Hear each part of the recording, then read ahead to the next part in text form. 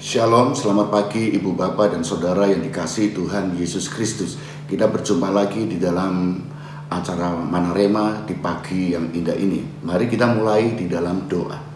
Bapa Surgawi, Allah yang kami sembah, di dalam nama Tuhan Yesus Kristus, kami bersyukur bahwa Tuhan masih memelihara kami, menuntun kami, melindungi kami. Tuhan, hikmat-Mu kami rindukan untuk menuntun kami, kebenaran firman-Mu untuk menguasai kehidupan kami, sehingga setiap jalan kami, aktivitas kami, pekerjaan yang kami kerjakan, apapun yang sedang kami kerjakan, boleh seturut dan perjalanan kami sesuai dengan kehendak-Mu. Di dalam nama Tuhan Yesus kami berdoa dan mengucap syukur. Amin. Ibu, Bapak, dan Saudara dikasihi Tuhan Yesus Kristus. Pada pagi hari ini kita akan belajar satu tema yang berbicara tentang hal bersaksi atau bersumpah. Kita buka di dalam Injil Matius pasal 5 ayat 36 dan 37. Demikian firman Tuhan. Janganlah juga engkau bersumpah demi kepalamu, karena engkau tidak berkuasa memutihkan atau menghitamkan sehelai rambut pun. Jika iya, hendaklah kamu katakan iya. Jika tidak, hendaklah kamu katakan tidak. Apa yang lebih daripada itu berasal dari si jahat. Amin. Ibu, Bapak, dan Saudara jemaat Tuhan yang dikasihi Tuhan Yesus Kristus. Tentu di dalam kehidupan kita tidak terlepas, dan seringkali juga kita sadar atau tidak sadar, kita seringkali berkata untuk meyakinkan seseorang yang menjadi lawan atau menjadi rekan berbicara, berdiskusi kita. Baik itu kita di dalam pekerjaan, kita mungkin sebagai pimpinan perusahaan, pimpinan dalam pekerjaan, kita ingin memberikan nasihat-nasihat kepada bawahan kita. Demikian juga ketika di kelas, mungkin sebagai guru, kita ingin memberikan nasihat, memberikan ajaran kepada murid-murid kita semuanya. Juga di dalam keluarga, mungkin bapak sebagai kepala rumah tangga atau ibu sebagai ibu rumah tangga, tentu ingin memberikan nasihat, memberikan arahan, memberikan suatu masukan-masukan kepada anak-anak ataupun istri atau suami kita masing-masing. Nah, saudara, dan saya yakin bahwa harapan kita semua tentu ingin supaya mereka percaya apa yang kita katakan. Kita berharap supaya mereka juga tidak meragukan apa yang menjadi persoalan-persoalan kita, menjadi keluhan-keluhan yang ada di sekitar kita, memang menjadi suatu beban pemikiran, sehingga kita berusaha meyakinkan mereka, baik staf bawahan kita, baik rekanan-rekanan kita, baik itu keluarga, anak, suami, istri kita, ataupun murid-murid yang ada yang menjadi asuhan kita. Nah, saudara, dan di dalam kehidupan kita, dalam ketika meyakinkan mereka, dalam kita untuk menjelaskan kepada mereka, tentu seringkali ada yang disebut dengan sumpah. Nah, saudara yang dikasihi Tuhan Yesus Kristus, sumpah tidak terlepas dari kehidupan manusia. Dan ini juga Tuhan Yesus melihat bahwa sumpah ini seringkali digunakan untuk meyakinkan orang, tetapi belum tentu orang itu percaya. Maka Tuhan Yesus di dalam ayat yang kita baca ini, dia menjelaskan kepada orang-orang Farisi bagaimana kehidupan orang-orang Farisi senantiasa bersumpah serapah.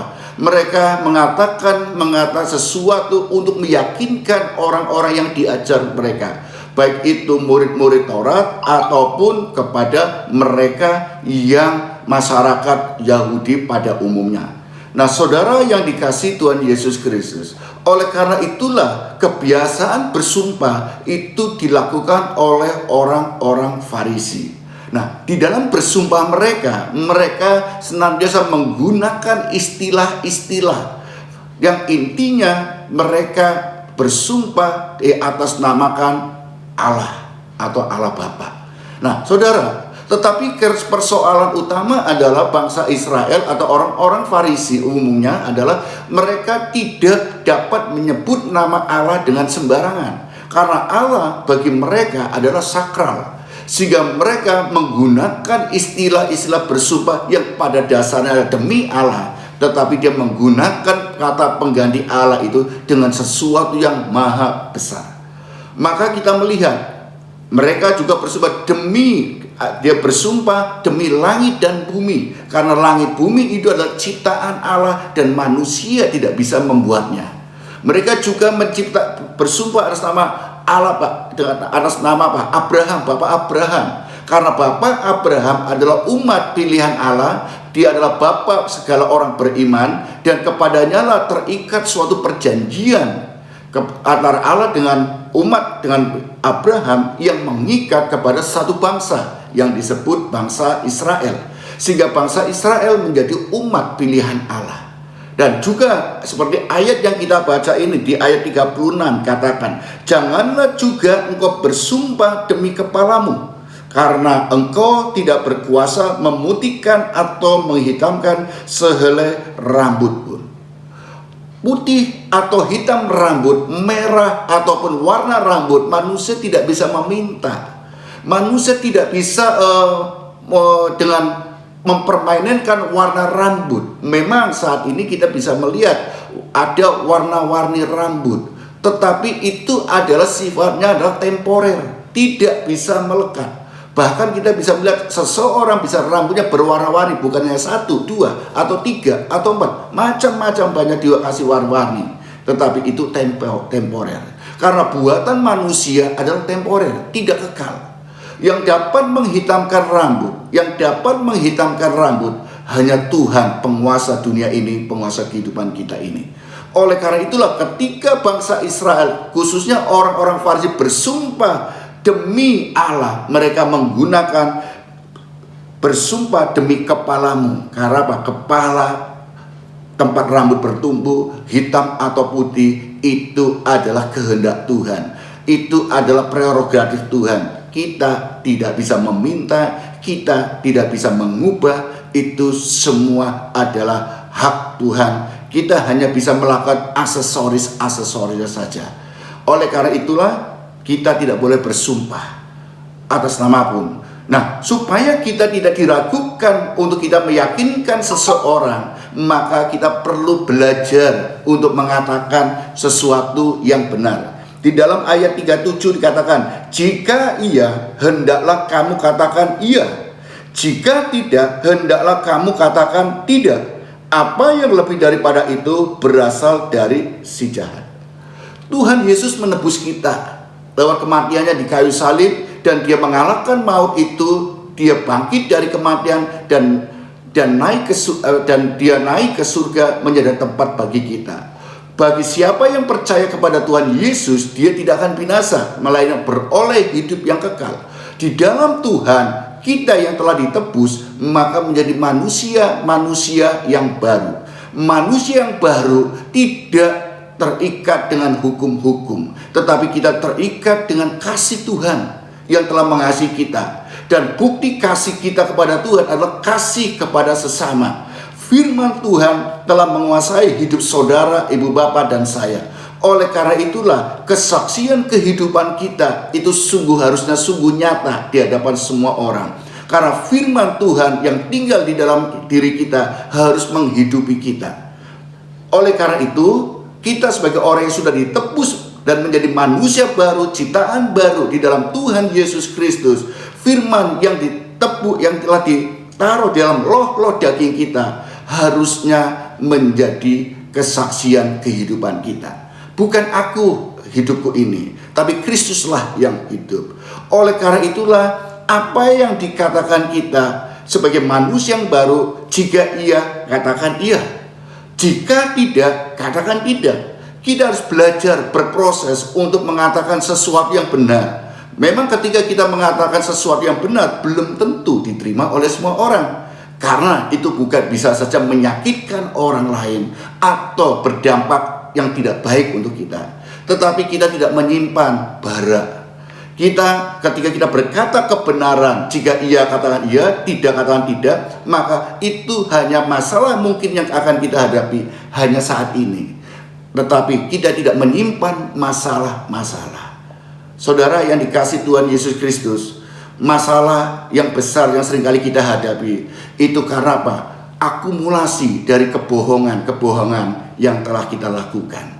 Akumulasi daripada kata-kata yang tidak benar yang sering kita lakukan. kenyataan yang kita katakan kadang-kadang kita berbeda dengan kenyataan. Kita ingin menyenangkan orang, kita ingin menghibur orang, sehingga apa? Itu akan dituntut dan terus menerus, dan itu menjadi akumulasi. Akumulasi itu akhirnya menghasilkan suatu problema kehidupan, dan itu akan berdampak kepada kebohongan demi kebohongan, dan hidup kita semakin menjadi beban dalam hidup kita. Persoalan menjadi beban, dosa menjadi beban kita. Akhirnya kehidupan kita tidak menjadi saksi lagi.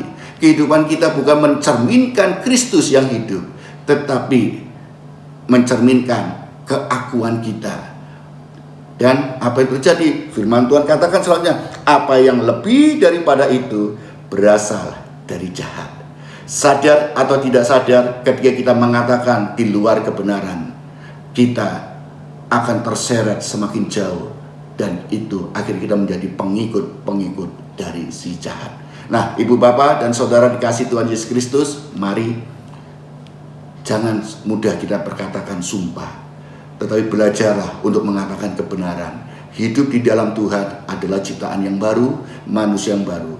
Jika iya, katakan iya. Jika tidak, katakan tidak. Karena firman Tuhan iya dan amin.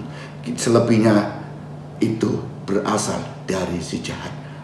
Beraktivitaslah sepanjang hari ini, bekerjalah untuk menjadi berkat, menjadi kesaksian. Bukan nama kita yang harus ditinggikan, tapi Kristuslah yang ditinggikan. Ketika kita meninggikan Kristus, maka Tuhan akan melindungi, menyertai, dan membawa kita kepada kemuliaan demi kemuliaan yang telah Tuhan Yesus Kristus janjikan kepada kita semua. Amin. Mari kita berdoa.